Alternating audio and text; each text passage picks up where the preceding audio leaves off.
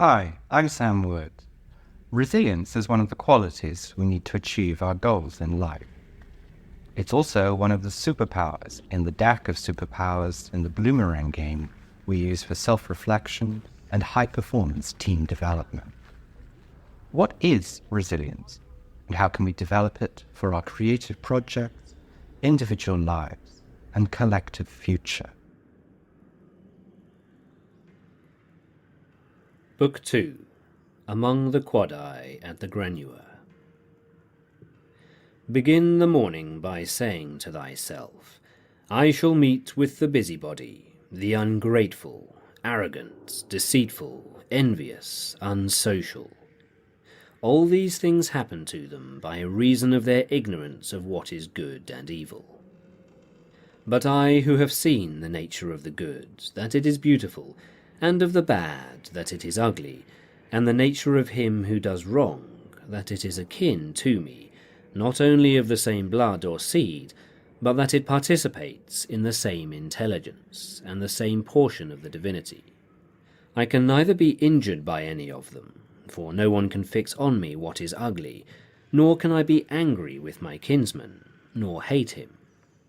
For we are made for cooperation, like feet, like hands, like eyelids, like the rows of the upper and lower teeth. To act against one another, then, is contrary to nature, and it is acting against one another to be vexed and to turn away. Nearly 2,000 years ago, the Roman Emperor Marcus Aurelius, here read by Robin Homer, was preparing for his workday on a battlefield in northeastern Europe.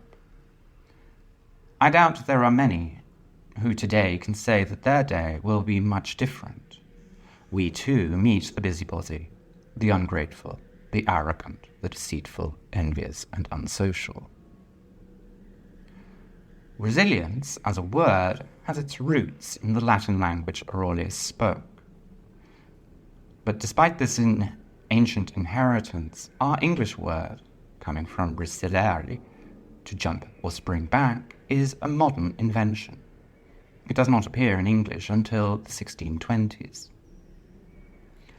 At that time, it meant something more akin to recoil or withdraw from something, including the idea of going back on one's word. This idea of backing away is closer to the Latin usage of the word, and so it seems unlikely that Aurelius would have described himself as resilient. It is not until the 19th century that the word acquires the more neutral or positive connotations of springing or bouncing back, recovery and finding strength in elasticity and adaptability. It was a word that was apparently much needed, and from the 1860s, its frequency of use has only grown, from 0.1 times per million written words to once per million by the 1970s. 20 years later, that rate had doubled, and by 2010, the word resilience, not including resiliency and resilient, was every third word per million. Today, it seems we cannot move for it. Whether we are speaking about individual mental health, public health, the banking system, supply chains, the state of our energy, water, and communication infrastructure, the word abounds and the quality is highly sought after. This certainly has something to do with a growing sense of our vulnerability and the complexity of a world where, if one component fails, the system itself might grind to a halt. Lockdowns in China or the blocking of the Suez Canal have disparate and unexpected effects around the world. And that's before we remember that our neighbours' foreign policies can have dramatic consequences for the price of fertilizers, our bread, and the heating of our homes. In the realm of mental health, we are no more or less complex than the Roman Emperor, but we have a very different public awareness of our mental vulnerability. Does this mean that we are more vulnerable than the emperor and ancient Romans? Aurelius's daily practice can be understood as a form of self-care. He accepted the fact of the ungrateful busybody and tried not to be vexed by their inevitable presence. And despite his personal enlightenment about the beautiful and the good, his daily exercise gives them a place in a cosmic harmony. With such a vision, he is not only aware that such people can be teeth-grindingly enraging, but that inevitable frustrations have their place in a cosmic order too. Without such a daily reminder, he knew that both his mental and dental health were at risk. Many of today's mental health specialists agree and advocate that we undertake similar exercises for the benefit of our health and tempers. It is worth noting that in the first book of his Meditations, a model of Stoicism, Aurelius gives a reckoning of his debts to family, friends, and teachers. And so he writes what the cringeworthy language of the self-care industry calls a gratitude journal. No, it does not seem plausible that individual humans have become more or less vulnerable since the peak of the Roman Empire. More likely, we are so enchanted with our Babel-like progress and prosperity that we simply forgot that we too are vulnerable to great shocks. The self-care industry, for all its successes, is simply a response to this reawakening to our innate fragility, a search for a language of resilience in a world stripped of all mysteries except for Job's cry of "Why me?" Yes, you might be the problem, but even if you aren't, the fact of ungrateful busybodies is not going to go away. This search for a new language is both healthy and necessary. For other than recognizing that such frustrations are inevitable, how else can we develop and cultivate resilience?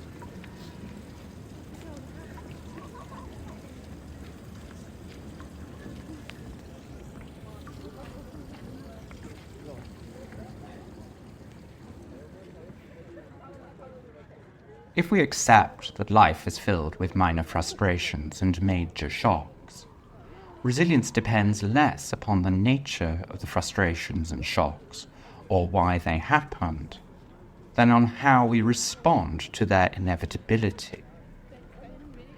This was seen by the 17th century English writer John Bunyan in his Pilgrim's Progress, read here by Paul Copley in an adaptation for children by Yorkshire Television. As they were talking together, they had drawn near to a miry slough, which was called the Slough of Despond. It was a place where many travellers before them had been drowned. And, not looking where they were going, they both suddenly fell into the bog. Here they wallowed, grievously bedaubed with filth and scum. Nor did the weight of Christian's burden help him. Indeed, he was sinking fast. Pliable, being unburdened, managed in the end to scramble back, but he was very angry. "Is this the happiness you promised me?" he asked. "If we have such trouble at the start, what may we expect at the finish?" And he ran off home for a hot bath, leaving Christian to struggle on his own. He had quite given himself up for lost when he heard someone shouting to him from the further side. His name was Help. He told him there were stepping stones just below the surface of the mud, and he directed him to them. "You see, that's the hazard of this place," he said. "It so spews out its filth that at the changes of the weather, these steps are hardly seen." So Help gave him his hand and drew him out and set him upon firm ground again.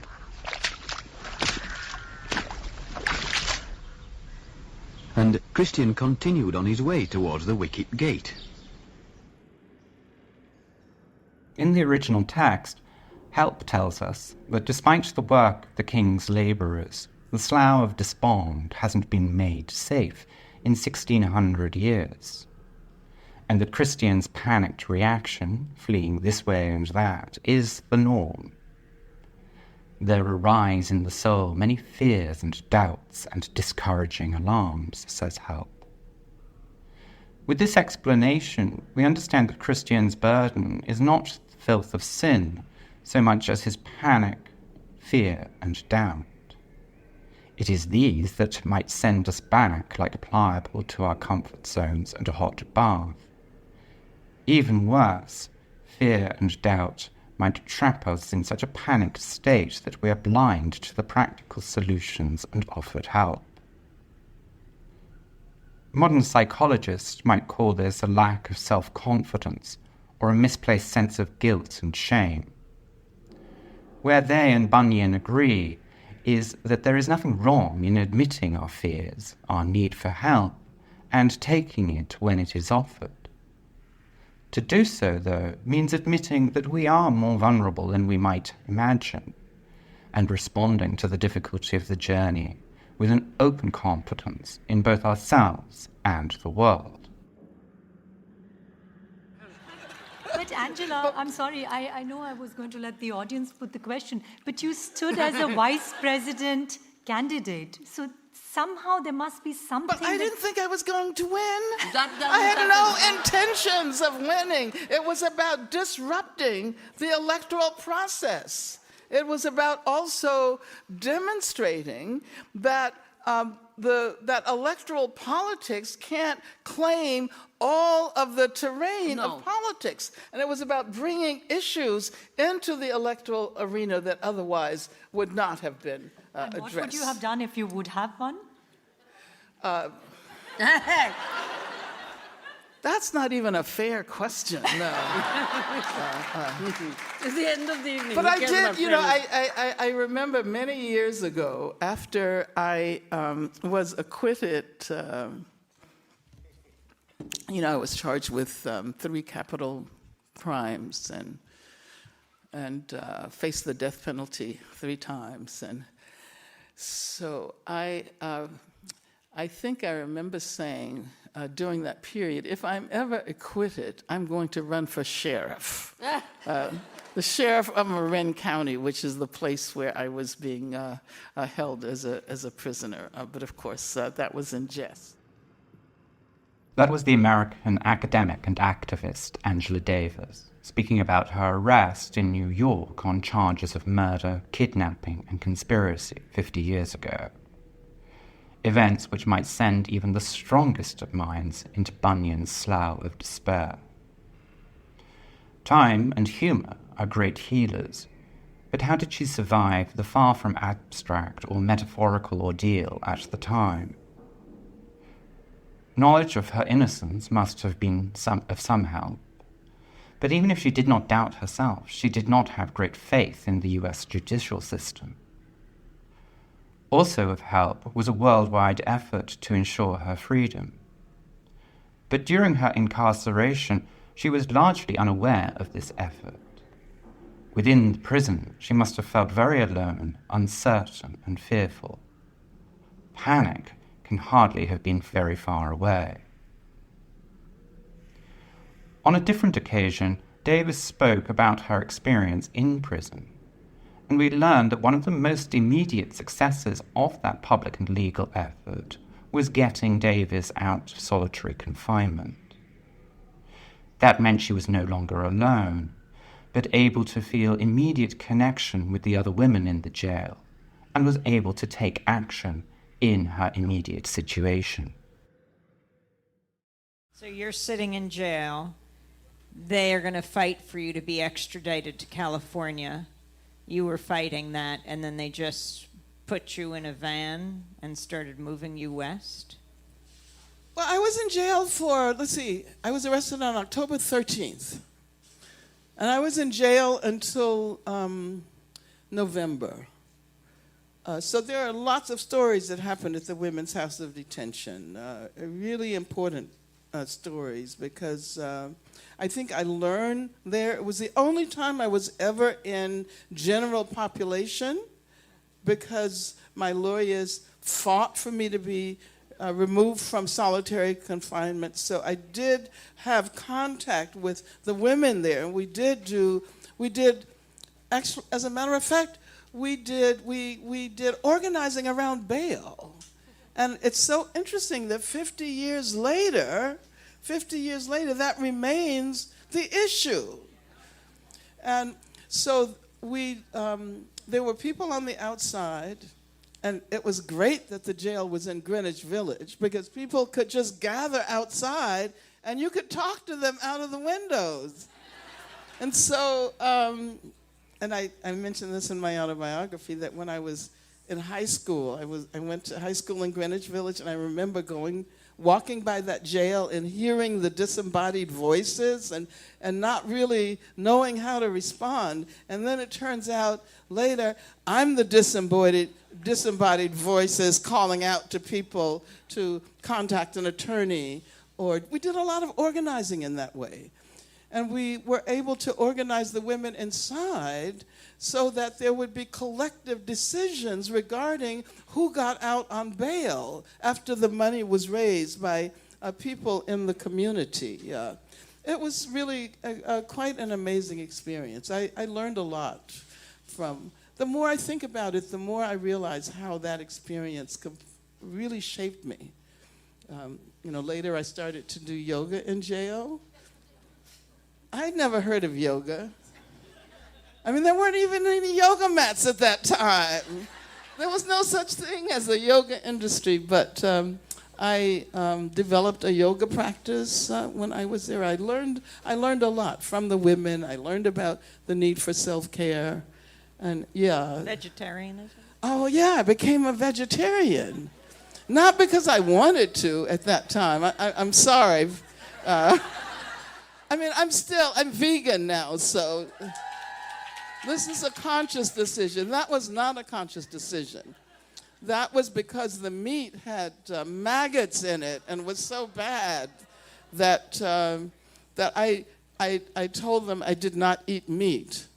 And I had no idea that once I got out and I tried to go back to eating meat, it wasn't going to work. So. There is a great distance between the Roman emperor on the battlefield and the American civil rights activist in a New York jail. But the two have certain things in common.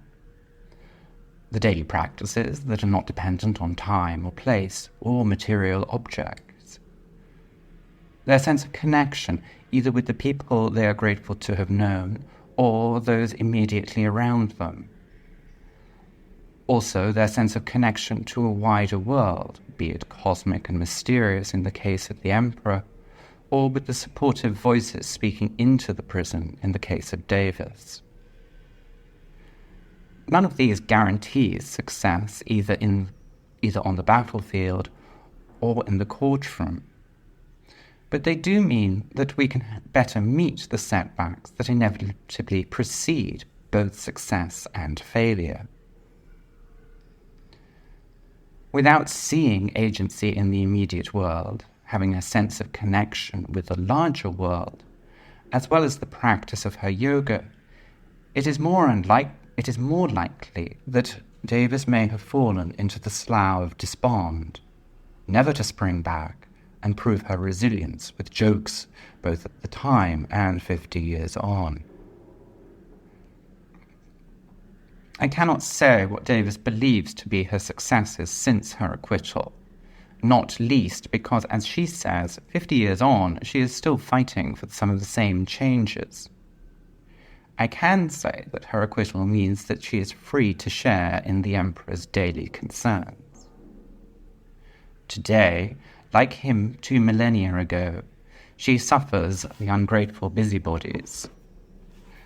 In her case, a social media chorus would rather starve in sanctimony than eat from the admittedly limited menu of electoral politics. Her humour, her sense of connection, and I imagine the practice that she learned in prison keep her focused on her goals and resilient despite her exasperation with these frustrations. Davis's relation of her ordeal in prison 50 years ago to her personal habits and political actions today reminds us that every day we will all face challenges, some small and some great. It is perhaps only by seeing the inevitable of these varied challenges with good humour that we can lay the foundations of our own personal resilience. We'll come to a close with Egle's own pragmatic and inspirational approach to resilience in our creative projects, as they move from the thrill of the first vision to the marathon of development and fruition. She reminds us that as we run that course, we will meet obstacles and that our ideas will change and evolve to produce something unexpected. Like Davis, Egle emphasizes resilience coming less from the short-lived thrill of the spectacular idea or the satisfaction of its realization than the far greater stretch that lies in between. For both, resilience means less of a commitment to a fixed outcome, but a commitment to nurturing our idea and vision on its own terms in the here and now.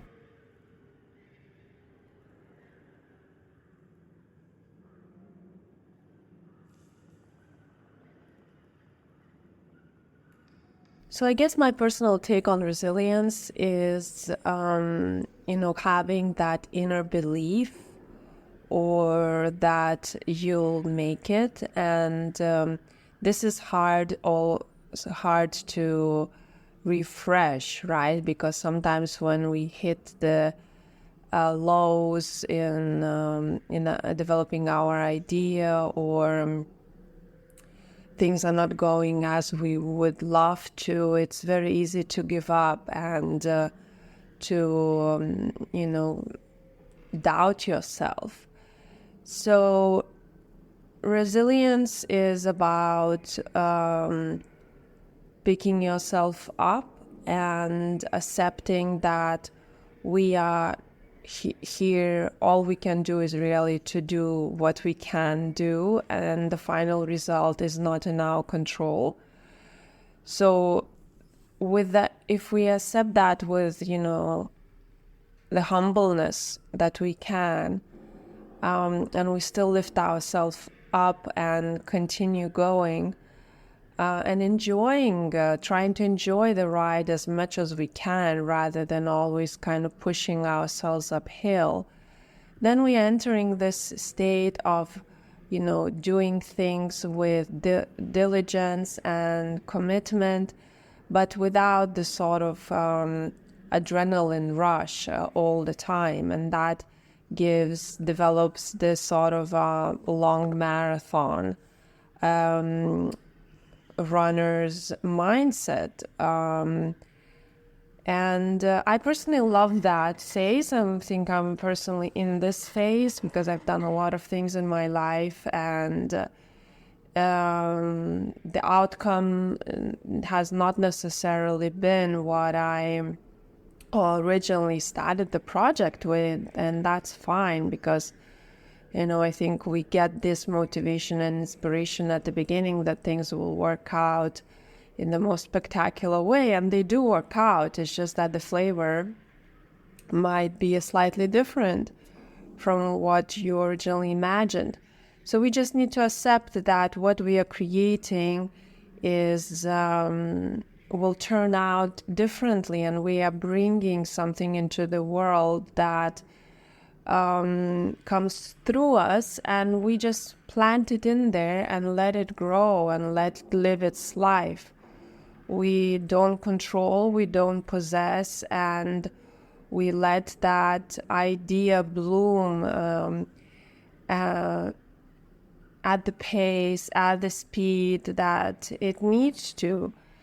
And, potentially we move on to other things, or we keep on watering that idea, but also add something else in our lives that keeps us going.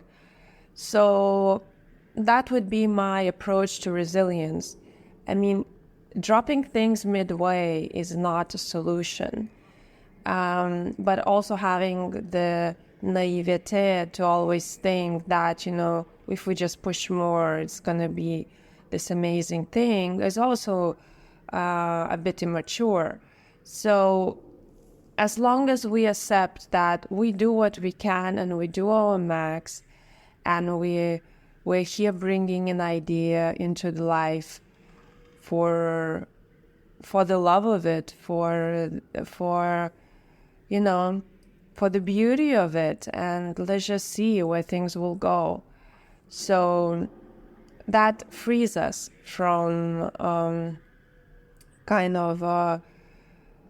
certain expectations and builds up that inner resilience even more. So I hope this gives a little bit of food for thought. Thank you.